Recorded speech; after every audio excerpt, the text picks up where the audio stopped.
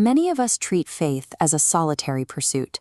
We sit quietly in a room with an ancient text, hoping that if we study the words closely enough, we can extract a hidden formula for a better life. But this approach carries a heavy weight. It turns religion into an academic performance, a constant test where we must grasp every concept perfectly to remain in the good graces of a demanding God. The text argues that this effort is doomed by our own biological and spiritual limitations. If a person is physically deaf, no amount of lecturing will help them hear. Our nature exists in a similar state of blockage, functionally blind to anything beyond our own reason. Because we are stuck in this state of sensory failure, we miscast Jesus entirely. We look for a wise philosopher giving advice, but find instead a hero stepping into the chaos to rescue a dying world.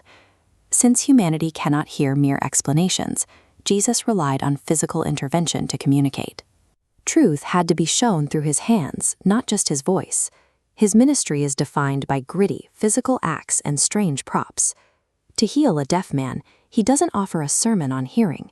He mixes his own spit into the dirt and physically presses his fingers into the man's ears. This is how revelation works.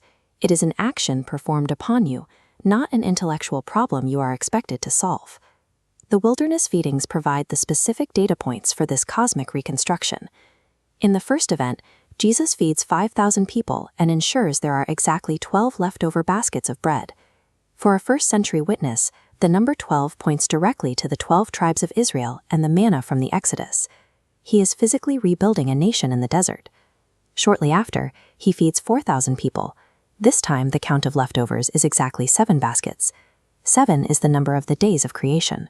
By leaving 7 baskets, Jesus demonstrates that he is initiating the recreation of the entire cosmos. The disciples missed this architectural work. While the universe was being repaired in front of them, they were in the boat worrying about why they hadn't packed enough lunch. These events show Jesus as the architect doing the heavy lifting. He puts the pieces of the world back together while humanity simply receives the result. This posture defines the experience of the modern believer sitting in a church pew today. You are not a student in a classroom trying to pass a test. You are a rough block of stone, and Christ is the sculptor holding the chisel. Traditions like baptism are not intellectual benchmarks. They are physical actions performed upon a passive recipient, often someone like a baby, who is incapable of processing the event at all. Communion operates on the same logic. You do not feed yourself. You kneel and wait for someone else to place the bread into your mouth. Spiritual life is not a download you go home to process. It is a series of physical and spiritual actions you surrender to. We can see why our anxiety spikes by looking at this matrix. We have the equation backward. We spend all our energy being hyperactive toward God, frantically trying to earn his favor, while remaining static and frozen toward our neighbors. The resolution to this trap is recognizing Jesus' physical action on the cross finished the active work required for your salvation. Your status before God is secure. The system stabilizes when you stop trying to earn that status and kneel to receive it. With your hands finally empty of the work of saving yourself, you are now equipped to turn your active energy outward toward the world. Leave your isolation and go into the gritty reality of the world. Work, sweat, and suffer for the needs of the person next to you.